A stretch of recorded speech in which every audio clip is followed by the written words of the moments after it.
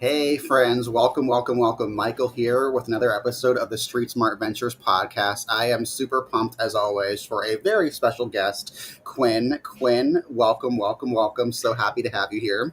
Thank you so much for inviting me. I'm excited to be here.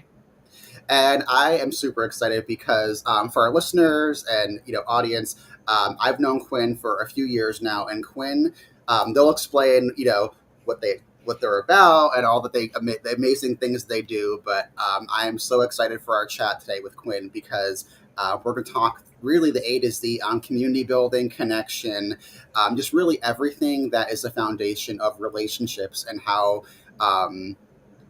when you don't have community, when you don't have thriving relationships, really it's going to be an incredible conversation. I'm a little speechless in the beginning because I'm just super excited. But Quinn, I'd love for you to take just a moment to introduce yourselves to our listeners. Yeah, of course. So my name is Quinn Janetti, and I am a queer, trans, non-binary peer support specialist. I manage a project here in the state called CT Support Group, which is an online project that has been developed by young people and for young people here in Connecticut to provide connection, peer-led support, and community for their peers. Our platform really focuses on being an inclusive and trauma-informed space that prioritizes consent and choice and mutual respect for young people to come and share their experiences and build a supportive community with one another. So we have a Discord server on which I host drop-in hours for teens and young adults to get free peer support. We also have a website that has a variety of young people's stories that they've shared, creative expressions, blog posts, and a resource map. I also offer one-on-one peer support both virtually and in person through the project. And when I'm not doing that, I'm also a facilitator for some groups outside of my day job. And I also do some community education work. So that's me in a nutshell. Yeah, you're incredibly busy, Quinn. So what aren't you doing? I think that's the better thing to ask. Oh, gosh. And for our listeners, we'll be sure, as always, to have resource links when we post this. Quinn, I think I've told you in different meetings, like I literally have posters for your drop-ins at end of CT support group, formerly Turning Point CT. My story from very long ago is up on there as well. It's an amazing resource. So as Quinn mentioned, please, no matter your role, who you are, walk of life, it's an incredible resource. Please utilize it. It's a really heartfelt and meaningful project that is saving lives and just fostering connection throughout the state. And I argue nationally. I literally am telling everyone in my network nationally too about it as well. Yeah, I'm lucky to, be working on the project and to have, come in at like a really pivotal time when the project was celebrating its 10-year anniversary. And we had the opportunity to sort of figure out, what has changed since the inception of the project and, what are young people looking for right now? And so we've, shifted some of our sort of more resource-based offerings to be a little bit more direct and a little bit more like, I'm out in the community and I'm online and I'm talking to people and offering them support and using my lived experience to connect with other people. So it's been really cool to sort of see that evolution over the past couple of years that I've been working with the project. And it's as you were talking, Quinn, it kind of got me thinking of you know I'm kind of curious. Like, I know we have our preparation we did, but what do you think is the biggest change? Talking about, CT support group being, a digital hub for connection with your peer support, the Discord, one-on-one drop-ins. Just, hearing you mention again, like, oh my gosh, you're right. 10 years ago, from 2015 to 2025, what would you say is like the biggest two or three differences that you've kind of seen in way people are engaging in spaces, either online or in person? I think one of the biggest differences that I'm definitely seeing is um, people are looking for more like direct connection with other Mhm, people. I think during the inception of the project, it was really born out of a need for young people specific resources, especially mhm, here in Connecticut, mhm, and there really was a lack of that. And I think in the last 10 years or so, the internet has really blown up and blossomed, and there are resources all over the place, and it's a little bit easier to find those things. mhm, And so with the myriad of resources that are available out there, people are looking more for like, who can I actually talk to? Who Hmm. can I actually go to and get support? Who can actually have a real conversation with me about what I'm experiencing? Some of that too, I think, may be informed by, the pandemic and the isolation that resulted from that too, is that, some folks are really feeling like their formative years, like their young adult life or their teen years were spent sort of being isolated from, their peers and from mentors and, adults in their life, whoever it may be. And so, seeing that desire for more direct connection is definitely one of the things that I've noticed, and that has sort of led to that the creation of the Discord server that we have, where people can drop in and get support. They can talk to other young people, play games together, um, share things that they're going through, and hopefully find other people who relate and can connect to Hmm. them. Hmm. And that's incredible. And I think I'm kind of thinking about for those. I'm sure we'll get into this. We'll get into a ton of things. Believe me in our conversation, but I think you'll probably get this and shake your head too. I think there's a lot of professionals and the system at large that I think can agree with that, and I think hopefully would want the same thing, is to have anyone right who wants support to get connected. What do you think gets in the way of building that community and connection? Oh gosh, yeah. I think there are a lot of things sort of at play, when it comes to barriers to creating and maintaining community. A lot of it has to do with systems and social conditioning and scripts that we are fed from the time that we're really, really young. A lot of it is being in a culture where like exploitation and capitalism and colonialism are all at play and keeping us disconnected from each other and actually thrive on us being more individualistic and hyper independent. I think some of that is, folks having access to the internet where we are, constantly witnessing or experiencing, violence or harm or oppression, um, being exposed to that, just with the devices that we carry around with us day to day in our pockets, Hmm. and witnessing those things alone, which we are not really biologically hardwired to do. Some of the other things that I think, get in the way of building community is, the lack of modeling of like conflict resolution skills. I think that's a big thing that comes up for young people is, this pervasiveness of like cancel culture is, if I mess up or if I say something wrong or my peers don't agree with me, then they'll cancel me or they'll ostracize me or they'll make fun of me. um, and some of those conflict resolution skills or some of that is because of the pandemic, because of the disconnection from each other, and being out of practice working through conflict. But I also think that some of it is like conditioning from the internet as well. I think our lives are a lot more public than they ever have been. I think people are like recording and witnessing aspects of people's lives that we didn't used to, Hmm. like 5 or 10 years ago.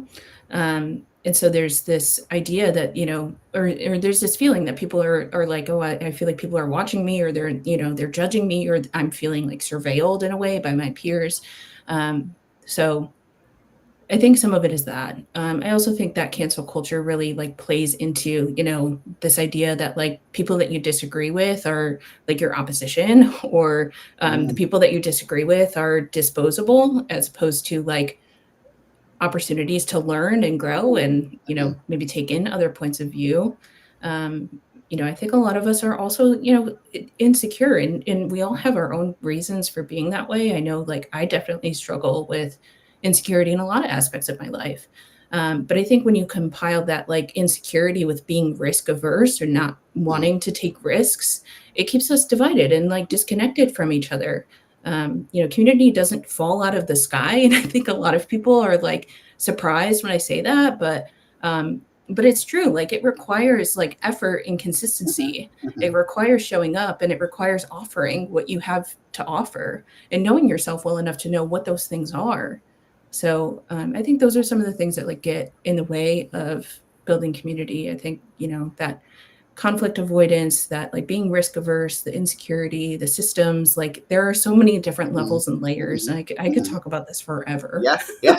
Well, no, and I've had my own experiences with that. I think I've definitely like looking back, even on my own personal life. There's definitely been learning moments where I'm like, "Ooh, shoot, Michael, like you could have done better," and that's the for next time, right? In terms of just handling conflict, because I didn't learn that the way I was raised. I was modeled different ways to do things, and but I've also seen on a systemic level, right? Is I have personally seen fear get in the way of connection and making progress, and just I think just the set. And every time I present or talk, I almost feel like I'm sometimes saying the same thing. I don't know if that ever happens to you, Quinn, where I'm like, For well, sure. I feel like half of what I talk about is just like letting people like feel like it's okay to not be perfect and mess up. Like if I ever write a book, it's going to be called Failing Forward, right? Because I'm so open now about like I am the furthest person from being perfect, but I think like honestly that just willingness to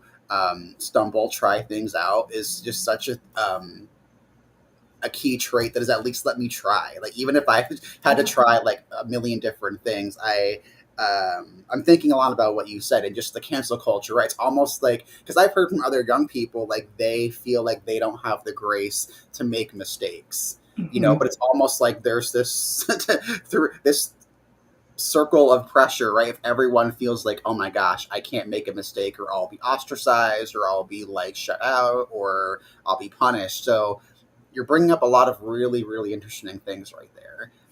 yeah. So we've talked for a little bit about like really what doesn't work with community and community building.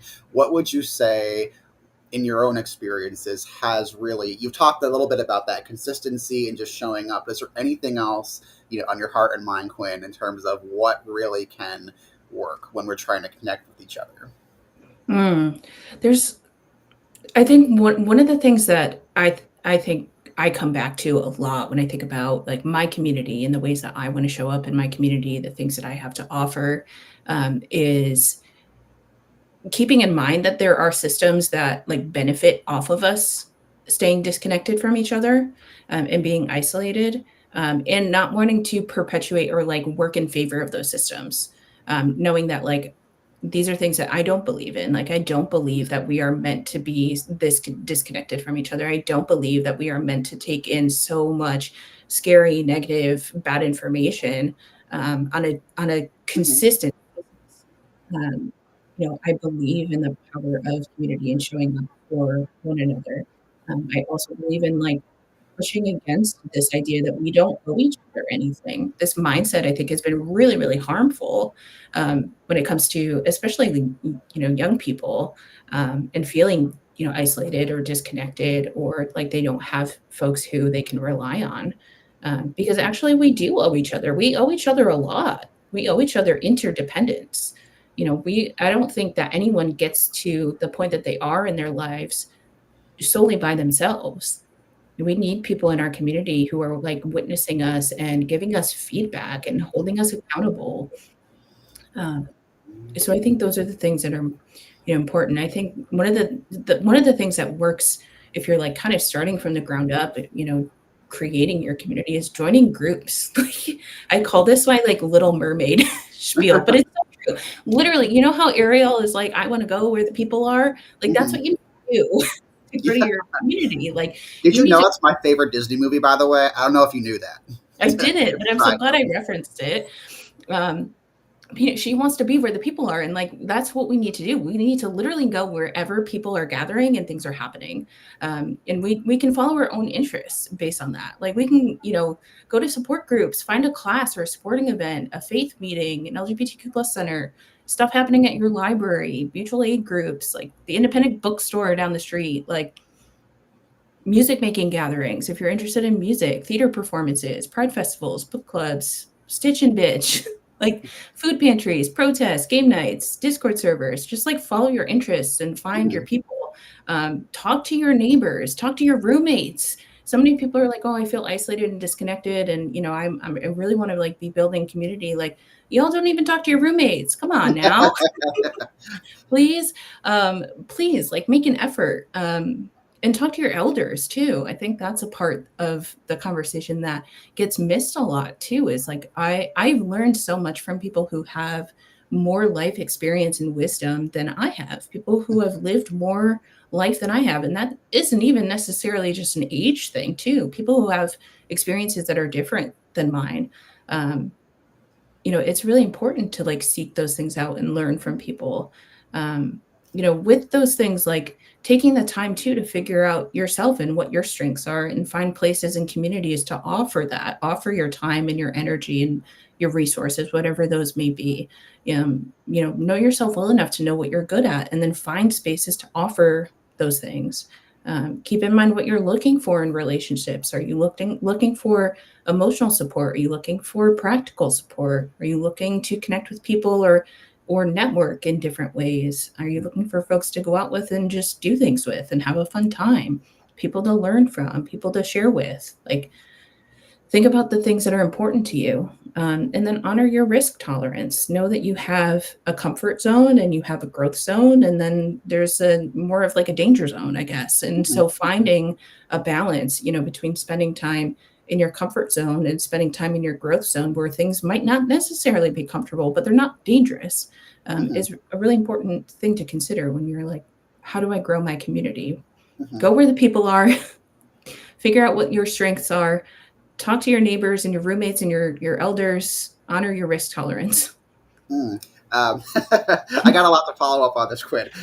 You're making me giggle when you're like, y'all don't even talk to your roommates. And like, I gotta tell you, um, as someone who naturally growing up was really shy, like I appreciate what you said about, you really have to stretch yourself and grow to make change. And I think that for me, there's a little bit of learned helplessness in terms of, for many different, which I don't have the time to talk about today, maybe private one-on-one with you, Quinn. But I think there is this, you're making me think a lot about like the pervasiveness of kind of the belief of, oh, I don't owe anyone. I think to me, like hearing that, as someone in my mid to late 30s now, like I think that's kind of a privileged position to be like, oh, I don't owe anyone, because you will need someone someday. Maybe not like right now, but it's almost, so, and I've not personally had someone like tell me that in that moment. And I don't know, honestly, I don't know how I'd be able to like honestly respond at times, because that is such a, but like you said, there's this, to have community, you have to be around people that have a different belief and aren't the same. And so I think that was really key that you talked about that, is I think you're gonna come across people who are different on the inside, outside, every which way. And how do you find that common ground, or just an acceptance, maybe you don't have common ground, and what can you agree on, or all those nuances. So I really appreciate you really breaking that down for our listeners and myself. Yeah, of course. One of the other things too that I think people get in their heads about when it comes to building community is that, in order to like go where people are, or in order to grow their community or gather with their community, that it needs to be like a big event. It needs Hmm. to have a lot of planning and a lot of forethought. And I really like to challenge people when it comes to that. Like, you don't have to plan a big birthday bash or like a Hmm. big dinner party or a game night with like 15 people. Like, normalize everyday invitations. If you're going to be in your friend's town, for an errand that you have to run or something for work or whatever, text them and be like, hey, I'm going to be in this area. I would love to meet up and grab a coffee. There's a park nearby. Let's go chat. Um, or I would love to see you. I'm in your area. Do you need anything? Can I drop anything off for you? Things like that, like those everyday sort of invitations. And that's sort of how you start to grow, or step into that growth zone, is that like the more practice that you have normalizing those everyday invitations Hmm. and interactions, and not putting yourself in a position where you feel a lot of pressure to host something big or be involved in something big that may be like overstimulating or overwhelming, but rather like small, more intimate gatherings. Like, those are really important, and I think those are where really generative conversations and connections are built too, is in those smaller settings, in those everyday Hmm. sort of nonchalant interactions. Can I tell you too? I love small parties. I actually had like a couple weeks ago with some friends and colleagues. It was just like three of us, like I well four of us, three others, and we just had like a little like coffee hour chat, and it honestly was one of the best hours of my life recently, just because we talked about things that were on our minds. I don't think many of us had shared with other people. Like there was that safe space, and there were some things like I had had honestly a really tough May. I had a lot of work things that I honestly felt a lot of shame about. Like there's some things that were like, like keep me up at night. Like, oh, I feel like I did terrible. Like all like personal, professional blend, and just the power of not having that burden eat away at me and just letting someone and like talking it out has been incredible. Like that is honestly one of the most recent experiences for me of the power of connection and community is not carrying that alone and feeling like I didn't have anyone. Even though Mm. like logically I know I have people in my life, but just like actually physically, literally talking with people. And Hmm. that is a lost art in our society today. Yeah, I think in a lot of ways it is too. There's definitely this sort of like lost art of, just starting conversations with people, and I think a lot of it is fear. It's rooted in Mhm, fear. We're afraid of being rejected, or we're afraid of starting conversations with people that we don't know really well, because we're afraid we don't know what to talk about. And so finding ways to move through that fear and move through that shame too, mhm, that may come with, like, okay, well, maybe I do experience some rejection, and that's okay. Like, rejection is bound to happen, because if we're building a community, we can't do that unless we do experience some rejection, or experience some sort of setback or hardship. Like I said, community doesn't fall out of the sky, and it's mhm, so true. It doesn't just happen. It requires effort. A lot of times when I'm talking to young people too, one of the things that I say is like the cost or the price of like friendship and the price of community is inconvenience. And it's mhm, so true. People really don't want to be inconvenienced. They think like, oh, it's my friend's birthday, and people are going out, but like I really don't feel like going out, and like, oh, I'm gonna take care of me. Like I don't owe anyone anything. And like, okay, maybe you don't want to go out, but like that's your friend. Get mhm, out and celebrate their birthday. Like go and be with your people. mhm. Um, Yeah, no, and I think what you said that I'm a big note taker. Like I think that our listeners, you should know that by now. Like, and when you first said that, oh, I don't owe anyone anything. Like sharing what you've heard, I wrote down meet people halfway. And I mhm. think that is another lost art where that's in some ways. I'll be honest, my own opinion here and that is that can feel really sad to me to hear that someone would that's not really I hope not a judgment on that person, but that's just honestly feels really sad. And to be honest, like I think I've been there. Like maybe like for me, I came from an upbringing that I didn't really learn boundaries, and I felt like I was walked over. So like I can honestly understand in a lot of ways. Oh, is that just like a growth where okay, like you're moving past from feeling like you have to say yes to everyone or people pleasing, but like now is it did you swing so far off the other side of the pendulum that now you're like pushing people away or like not being vulnerable enough, which leads me naturally to my next kind of set of questions for you, Quinn. Is I think in a lot of ways we have talked so far about vulnerability, um, and hearing of clearly when I hear, oh, I don't owe anyone anything, that's not being vulnerable at all. So beyond that, I mean, what would you say people don't understand about being vulnerable? I think one of the misconceptions about vulnerability, especially now, is that it requires of people that they share like way more than they're comfortable with, or they share so much of the ways that they're feeling with someone, and aren't taking into consideration what the context of their connection or relationship is with that person. And that can lead to people, not even taking the time to take a step back and understand, like, I'm feeling these feelings, and I want to share them. What are my reasons for sharing them? And what are my hopeful that the outcome is, if I am vulnerable and I do share, these things and what's coming up for me. I think exercising discernment is something that, like, people have, I've noticed more recently, started to struggle with a little bit more. I think, we try really hard to be like, well, I want to be vulnerable, and so I'm just gonna share, but not taking the time to recognize, like, first, what is my intention and what is the Mhm. hopeful impact or desired outcome is something that's really important. Vulnerability isn't just like blurting things out for the sake of blurting things out. We want to be intentional with our vulnerability and with our sharing.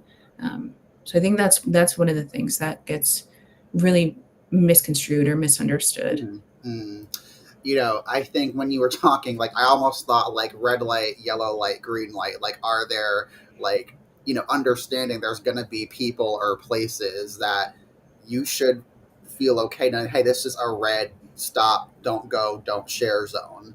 And, Mm, learning, hey, there's going to be some yellow, maybe think about the impact. And then over time, you can really understand, hey, maybe certain people and places have shown you and built that trust with you, hey, it's a green zone, it's okay, and mm. it's a really safe space. So I don't know if that makes any sense at all. Yeah, absolutely. I do think that, thinking of it, in terms of those levels is a really good way to start practicing some of that discernment. And also I think, having in mind, like, what does a safe person look like to you? What does it mean to you to be able to share things and to be vulnerable in ways that feel good and authentic and reciprocated? And like, who are the people that you want to share that vulnerability with? Um, Sometimes I think we put pressure on ourselves to be vulnerable even when, it's never going to be comfortable, but there are times when I think we push ourselves, outside of, our limits, in order to be vulnerable with someone, without really thinking about what our desired outcome is. And then, sometimes that ends up in conflict, or it ends up with you feeling really misunderstood by the other person. And so, like, thinking about those levels and exercising that discernment, I think, is a great way to start.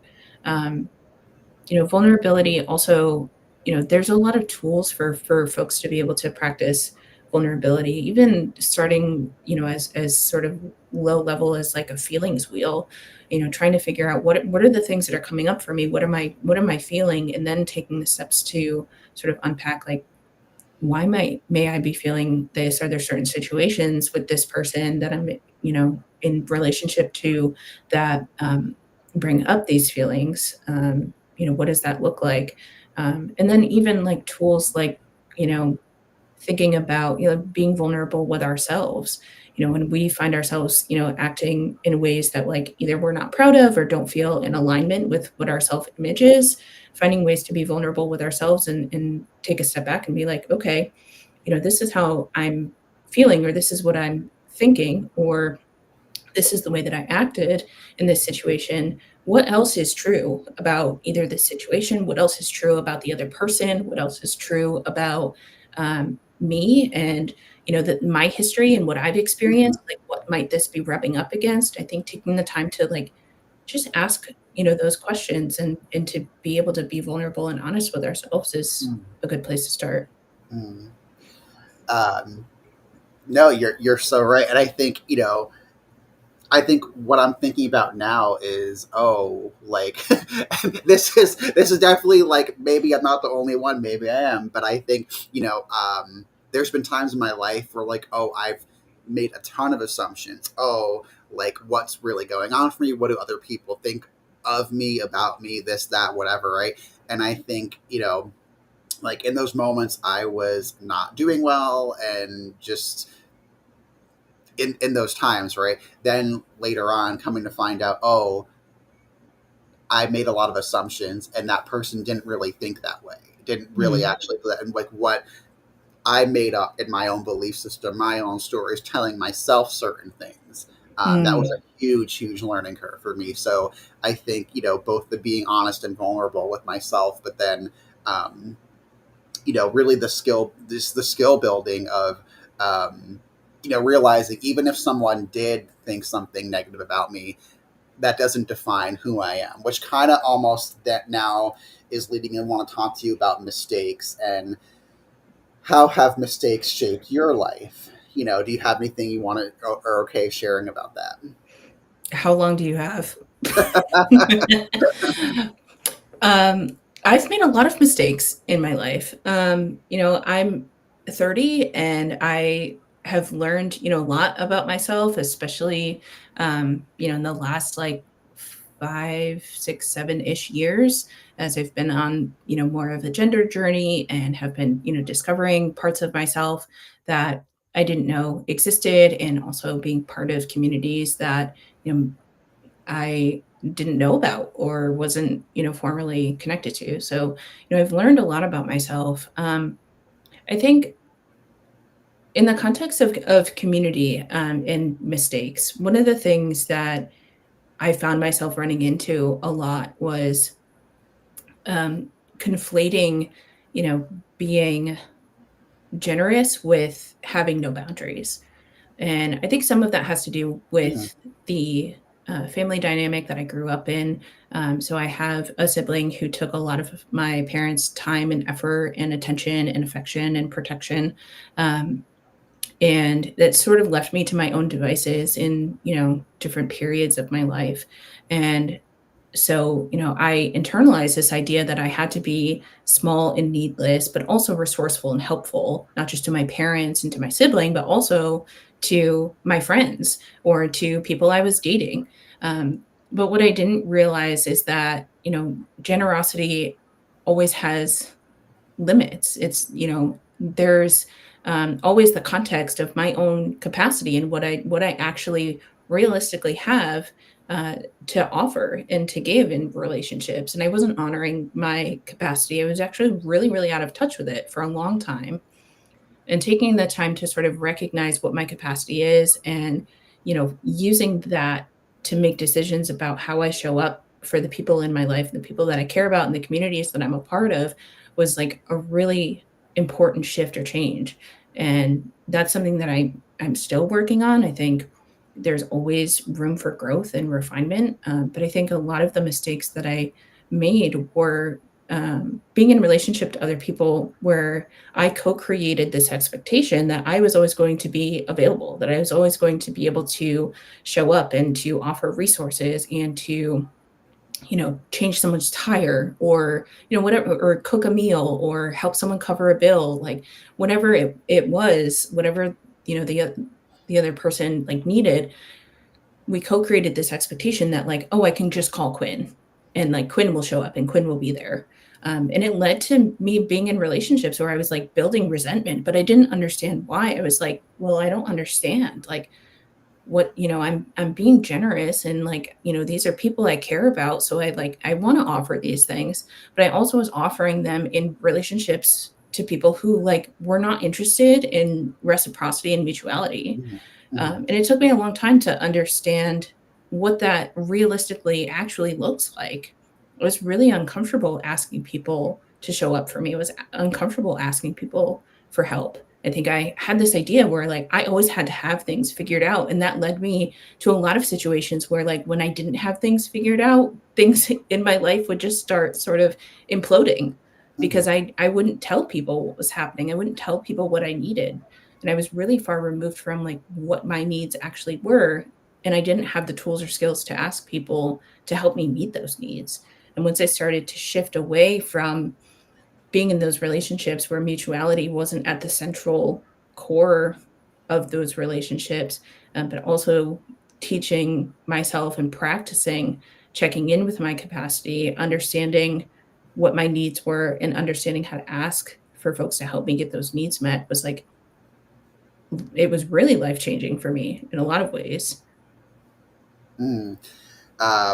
The magic word mutuality, Quinn. And when you were sharing things, I was nodding because you saw me nodding. I'm like, yep, because I've been there myself, and I think I had a ton of my own experiences where you're right. Yeah, I can just totally relate where I was giving to others a lot. I wasn't giving back, and it's not even. And I had to learn it's never going to be equal, like 50-50. I think for me that's never been my experience, but I will say. It's a big difference now. Again, the other magic word, discernment, discernment and mutuality, right? Is I know there are people that even if it may not always be or feel 50-50 or equal over time it'll even out. Like, I if I have a friend who needs more support right now, I know that based on past experience and just, you know, with them being people of integrity and honesty, I know that there is this, yeah, mutuality. And I think I keep going back to, when you shared, you've heard a lot of people may have a belief that I don't owe anyone anything. And I think, meeting people halfway is, you know, just the spectrum, right? Of I don't owe anyone anything, or I'm going to give up my needs completely. And what's a healthy middle ground? Mhm.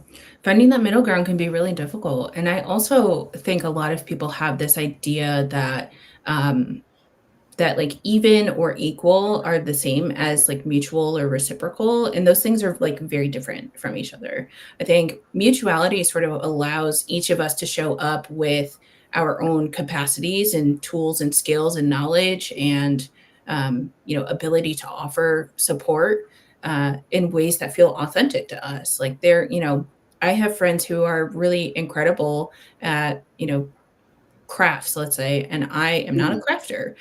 But if I need something like mended or fixed or, need help sort of visualizing like how, something in my space might work, like I can go to those friends because they have those tools and skills. mhm, I have friends who drive cars who don't know how to change a tire or like, don't have, knowledge of like how often they're supposed to get an oil change or whatever. But like, that's a tool and a skill that I have. If you need your tire changed, like, call me, I'll be there. I'll help you do that. So, being able to offer the things that we're good at and not expecting each other to, not taking each other's inventory, not keeping track of, mhm, well, I did you a favor last week, so mhm, you owe me this week, because those transactional relationships are often going to lead to that place of resentment because you're keeping score, and keeping score in relationships is not a way to like build something that is like generative and healthy. Being able to show up and offer the things that we're good at in ways that feel good and authentic to us is the way that we grow together and support each other and move forward. mhm.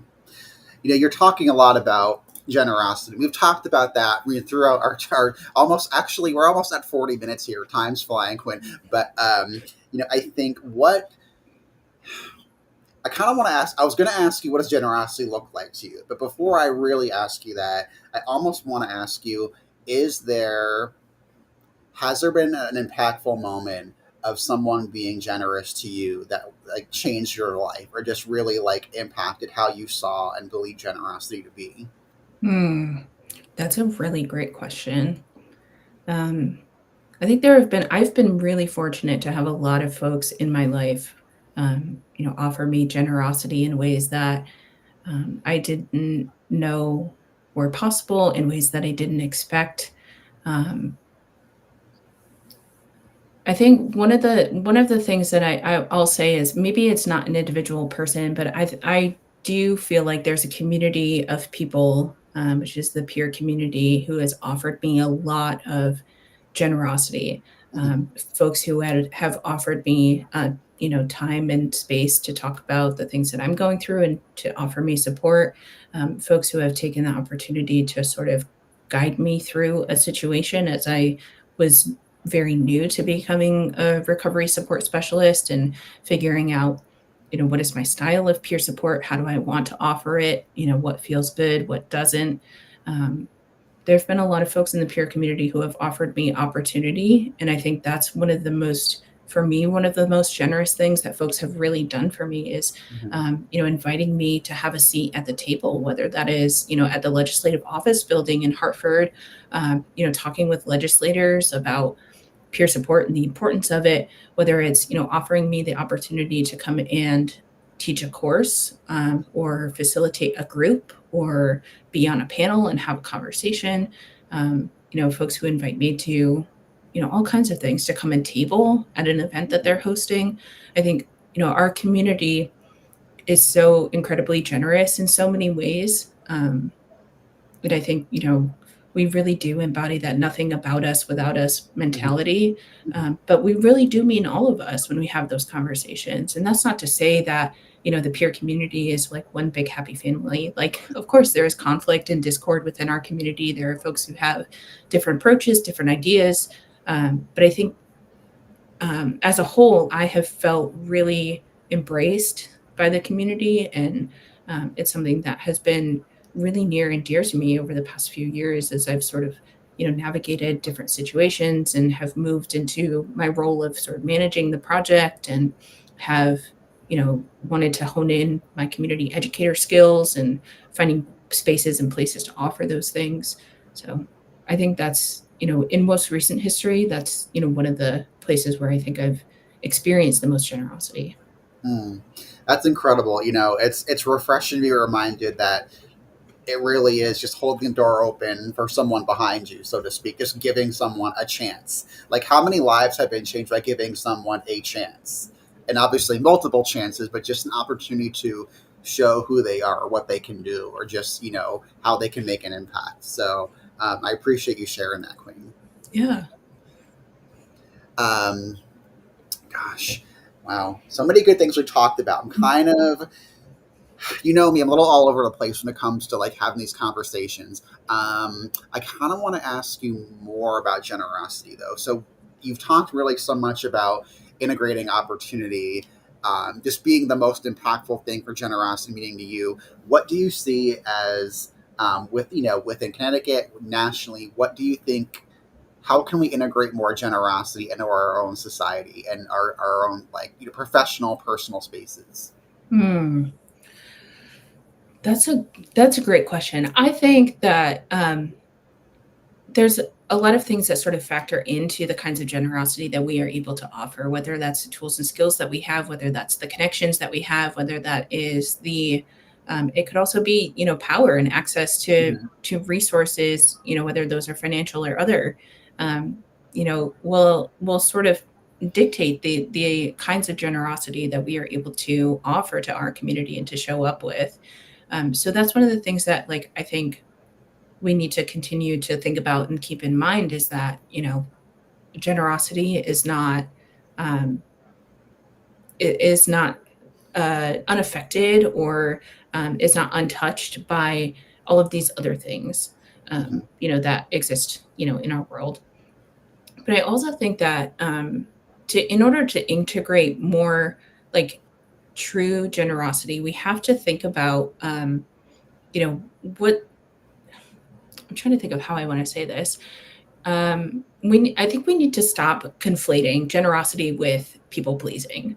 And I think that's one of the things that people get tripped up on a lot. People think that generosity is just like without limits, like offering, all of these things to all of these different people and not taking the time to, check themselves on like, what are my intentions? What are the hopeful impacts? Because I think in a lot of situations, folks, especially folks who have experienced trauma, sort of revert to some of these people pleasing tendencies. And it's really natural and normal to have those tendencies, especially when you have experiences that have shown you that if you are not helping other people or making other people's lives easier, then you're not a good person. And that took a long time for me to challenge within myself personally. But I think that that is probably something that resonates with a lot of Mhm. folks is that, um, people have these people pleasing tendencies. And I think, in a lot of situations, people have learned that those things keep them safe, which can be true in a lot of different arenas, whether that is like within a family dynamic, within friendships, within romantic relationships, within, work relationships, like professional life. There are a lot of ways that people adopt people pleasing in order to keep themselves safe.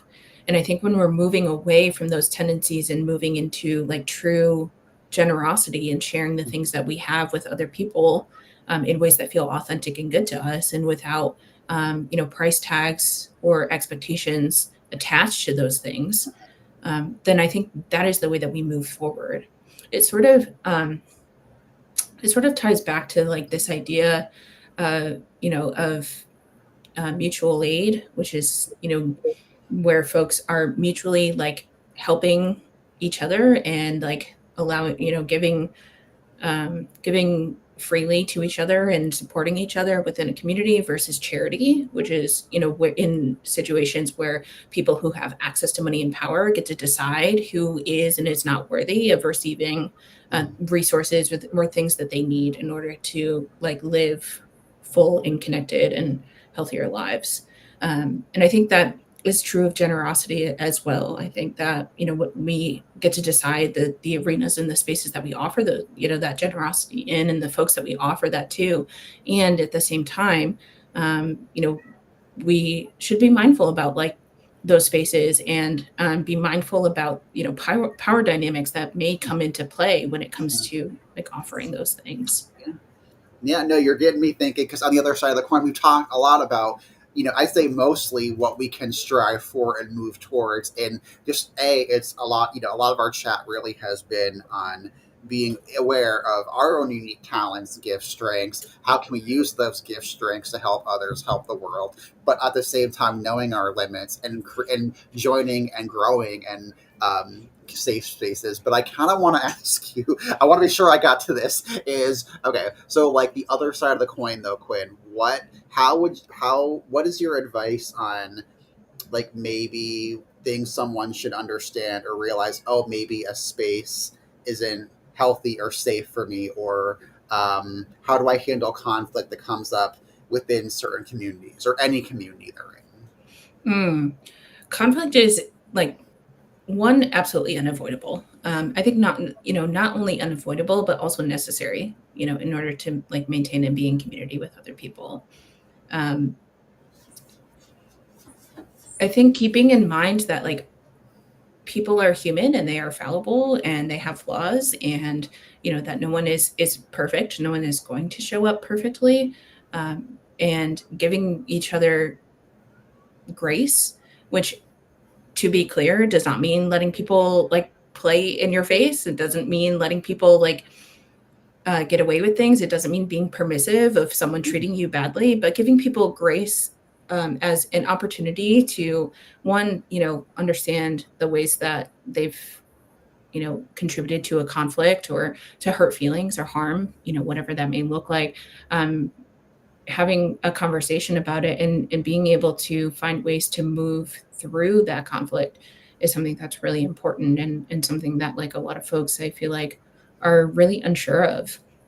There are a lot of great tools, when it comes to like navigating conflict, or figuring out, if there are um, things going on in spaces and communities that we're a part of that like would jeopardize our safety. And when I say jeopardize our safety, it truly means that, like, it is not, being in a community where you don't agree with everyone, that doesn't mean that it's not safe.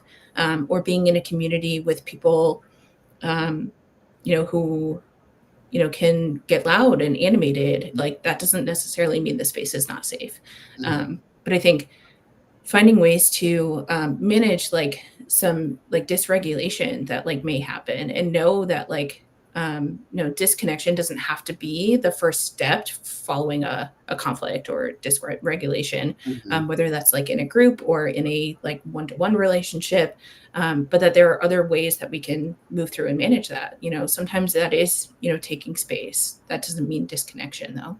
Mhm. Sometimes that means co-regulating with someone. Sometimes that means developing a plan with someone in order to move through the conflict. Like, there are a lot of different tools and skills that we can use to move through that, and to determine whether or not spaces are actually a safe place for us to be in, and whether there is room for us in spaces. Mhm. Yeah, no, that's really helpful. I think I really want to ask you, Quinn. Um, you talked a lot about conflict and how to knowing that conflict's healthy. What would you say to? Because I think you and I have had many chats that were obviously not recorded, so we'll talk about it now again. But on really maintaining community and connection, because I think you and I have both maybe shared moments or experiences where like how do you as a community leader, a facilitator, how do you um, what is your advice on anyone who may feel discouraged at times, or like not sure, hey, is this, am I on the right track? Because I've certainly had a lot of spaces I was leading or a part of where um, again, it's human nature, right? If I maybe I'm also like a type A in a little bit, where I want things to be like the best they can be, and whatever I am doing, I want to excel at. So I'm just curious what your thoughts are. Just how do we just bring back that um, self love, self compassion for what we're doing, and how do we keep on moving forward when times may feel tough? Hmm.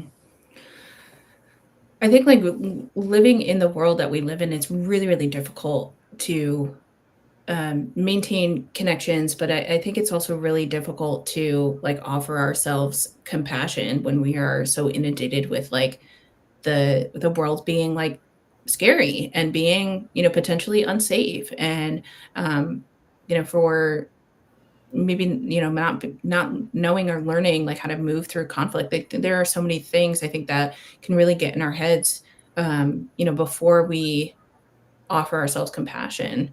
One of the quotes that I've heard a lot sort of around this that I like is, when someone asks you to name all of the people you love, how long before you get to yourself? And for some people, that's like a really revolutionary thought. They're like, oh my gosh, yeah, like how long, like would I even consider saying myself? Um, One of the things that I think is really helpful is to, you know, surround yourself with people who are like willing and able and want to remind you of who you are to them, of what you have to offer, of how valued and appreciated you are, and also offer that to the people in your life too. Some of my like richest relationships are with folks who are really consistent in offering appreciation and gratitude for the, not just me or not just for the work that I do, but I think, for a community as a whole, or for opportunities that they've had. Um, Centering, I think, in that space of, I'm really grateful, even when times are really hard, even when things are really tough. And, I'm not sure what the next minute, hour, day, week will look like. There are things and people in my life that I do have to be grateful for, is really important. I also think that like, moving away from this punishment mindset, where we, treat each other and ourselves as disposable if we mess up, if we make a mistake, if we act in a way that we are not proud of, where we either punish ourselves, and that can look like a lot of different things too. It could turn into really negative self-talk. It could be, using coping mechanisms that are not necessarily like healthy in ways that we would define that for ourselves. It could look like getting really defensive and jeopardizing connections with people even further, after we have made a mistake or caused harm. And, moving away from that punishment and moving into accountability, which looks very different, is important. And I think like a lot of the differences can really be boiled down to support and consequences. Accountability is like high support and also high consequences, right? Whereas punishment is, low support and also high consequences. Um, so moving Hmm. away from that like punitive mentality and moving towards, accountability. And like we can't hold other people accountable, right? Like we can ask people for accountability. We can ask someone to reflect on the ways that they have treated us, or reflect on a conversation that we've had that like maybe didn't sit well.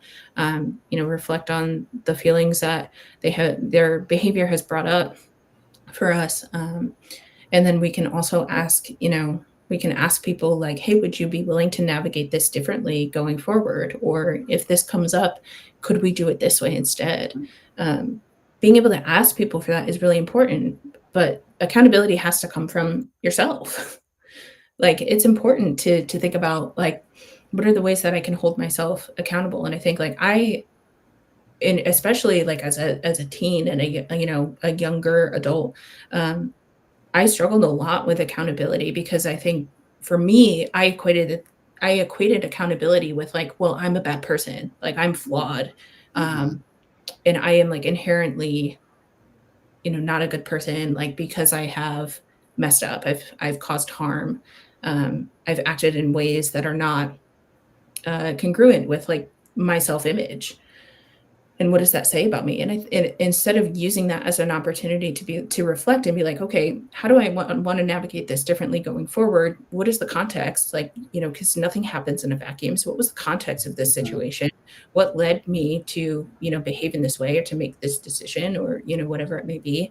And then how do I want to move? How do I want to do this differently in the future? It's been a really important tool for me. But I used to feel defensive or disconnect from people and walk away. And that's not to say that like I don't still sometimes wrestle with those tendencies because I absolutely do. I think a lot of us are conditioned, especially folks who are assigned female at birth. We're conditioned to be conflict averse. We're conditioned to be averse to experiencing anger or to experiencing I don't know, to acting in ways that like maybe like louder or more expressive or centering that like frustration as opposed to internalizing it. And so I Mm-hmm. think like when I learned sort of how to balance those things was sort of when I moved from that defensive sort of protective stance into a more open like embracing stance. Like I want the people in my community to give me feedback. Like I want you to tell Mm-hmm. me how I'm impacting you because otherwise, like one, I can't know that, and two, if it's negative, I can't change that behavior if I don't know about it. Mm-hmm. Mm. I'm still kind of in awe of when you shared accountability versus punishment. Accountability, high support, high consequence. Punishment, low support, high consequence. Did I get that right? Okay. Because I'll be honest, I've struggled with accountability, like, and I'm not perfect. I still like, I drop the ball, let people down sometimes. But I think you and I have had some one-on-one chats of what's at stake when there isn't accountability. And I've actually also was just on a call with a friend a week ago of they were going through something like in their position at work, and it really boiled down to accountability. And I think both the system, like who they're reporting to, maybe not implementing accountability, and how can you embed compassion and maybe like from what I heard from this friend of, oh, sounds like the bosses and the systems really set up to be conflict avoidant and like sweep under the rug to not make a fuss. But now it's leaving my friend and colleague, oh, like with a ton of unmet needs, resentment, and things that are, it's not equitable or fair at all to my friend who's doing a lot more than they should be. So you're giving me a lot to think about in terms of um, because I think now I'm thinking both like, yeah, like we need all of us, right, to it's not necessarily punishing ourselves, but we do have to be aware of everything we do and say does affect others. We don't live in that bubble. So yeah, it's that's really really a lot to think about, Quinn. Yeah, thank you for, giving me the opportunity to talk about that too, because I think, in the age of this, being worried about cancel culture and,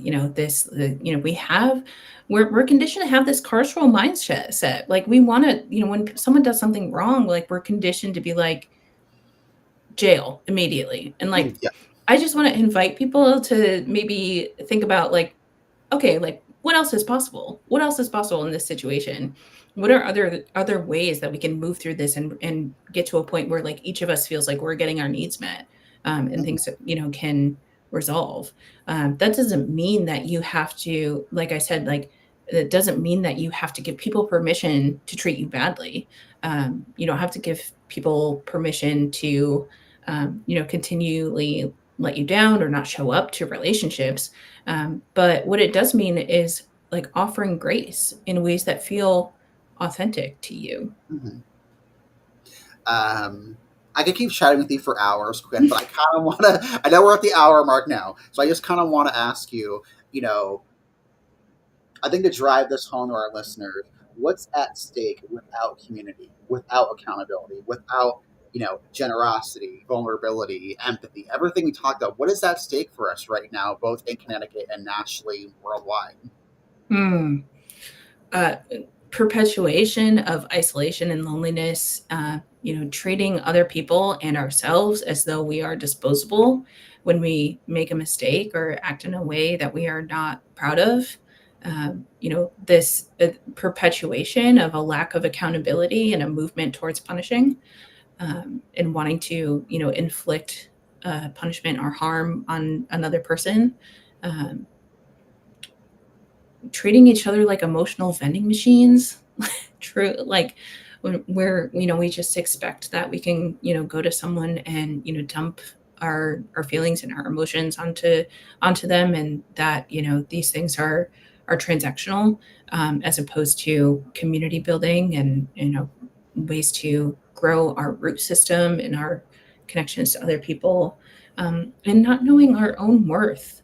I think, like, without community, I think, like, it's really difficult to know your worth, and to know that if you are good enough for people to take from, you are also good enough for people to give to pour into, and finding ways to do that, and that are sustainable and within your capacity is so important.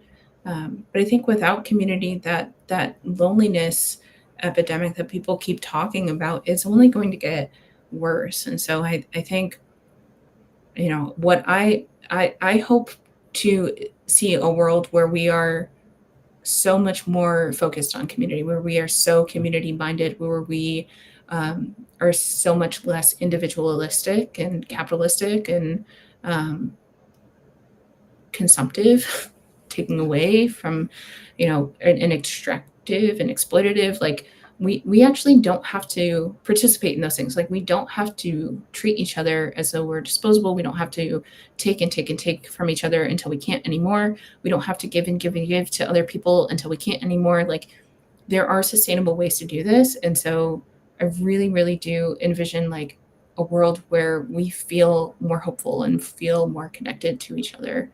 Um, and I think, like, that's the thing that I hold on to. It's the thing I hold on to in my work. It's the thing that I hold on to in my relationships. It's the thing that I hold on to in my worldview. It really is my worldview that all we have is each other, truly. And I wholeheartedly believe that that's all we need. Mm, yeah. No, that's incredible, Quinn. And I think as you were talking, I'm like, yes, let's get back to tribes, like join a tribe or form a tribe, as we cannot do life alone. We need other people. This hour has flown by faster than I could ever believe. I've done a ton of these recordings, Quinn, and I'm not surprised our hour flew by. Is there anything else on your heart and mind as we're kind of closing out on top of the hour that you want to share with our listeners, or do you feel complete for our time together? I think I want to leave folks with, remember that we actually do owe each other everything. We owe each other interdependence. And I also want to remind people of, something I said earlier in the episode. I was talking about, like, not not every gathering needs to be like big and planned out in like a big production. If you're looking to grow your community, lean into small bits for connection and normalize those everyday invitations. So text your friends, send them a TikTok that you find funny. Um, join a group if you're comfortable with it. Just find spaces to offer the things that you have, because I think all of us have a lot more to offer than we give ourselves credit for, and finding spaces to offer those things is what will get us free, truly. Um, Quinn, I'm honored and humbled to spend this little over an hour with you. I know I learned so much. I know our listeners have learned so much. Thank you from the bottom of my heart for coming on and speaking with me and sharing your knowledge, your wisdom, your experiences. A huge thank you from me to you. Thank you so much. I'm really grateful to have spent the last hour and a little bit with you. And every time we talk, I feel like I learned more, and you're just a great time. an I incredible feel host. the same way, Quinn. So listen, you all have heard it here first. Again, big thank you to Quinn from CT Support Group. Please check out Quinn, CT Support Group. You know us at Street Smart Ventures. We're all connecting everyone everywhere. So we will make sure you have Quinn's info, the links, to CT Support Group. And on that note, until next time, friends, thanks so much.